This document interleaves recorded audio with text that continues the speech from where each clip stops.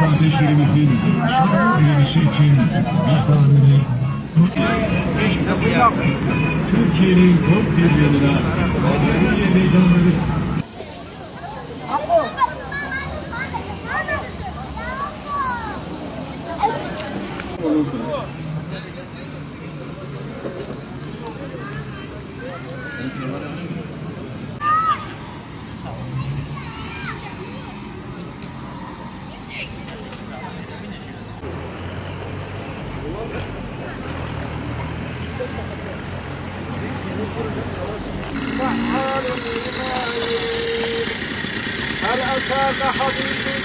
لقد كان لكم في رسول الله أسوة حسنة.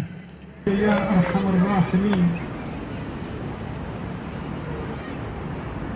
يا رب بجريا پیغمبر و صديقة جريا شهيد و صالحة جريا مجاهد و دعوتشيا دور نك يا رب يا ربي وحدة اتفاقه محبة وفاقه قوة قوته ولاية الفته عقل بصيرة بدنا.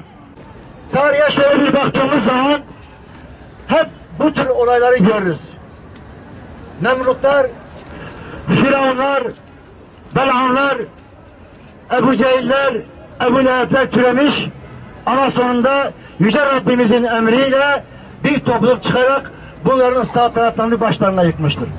Kahrolsun Sisi! Kahrolsun Sisi! Kahrolsun Sisi! Çünkü biz Müslümanlar olarak mazlum nerede olursa olsun muhakkak onun yanında yer almalı. Zulüm kimden gelirse gelsin muhakkak ona karşı dikilmeliyiz, ona karşı olmalıyız.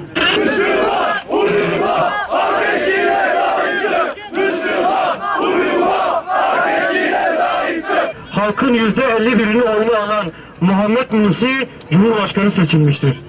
Bir yıllık süreçte ABD, AB ve İsrail üçlüsü Mısır'ın seçilmiş yönetimde her istediklerini yaptıramamışlar ve bunun üzerine muhalefeti ve orduyu organize ederek seçimle gelmiş meşru hükümeti yıpratma çalışmaları yapmışlardır.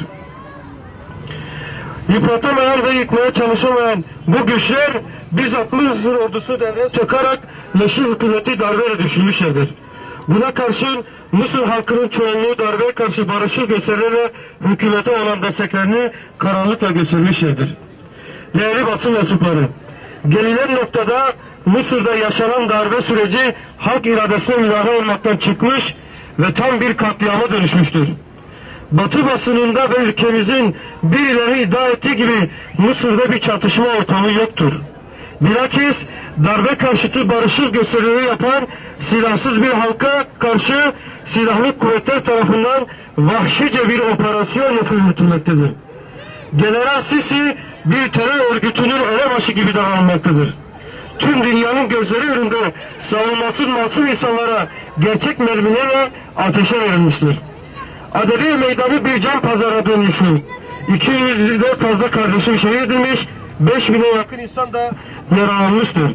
Olup bitenler karşısında ideolojik bir tavır takınıp katliamı görmezden gelmek ayrı bir insanlık suçudur.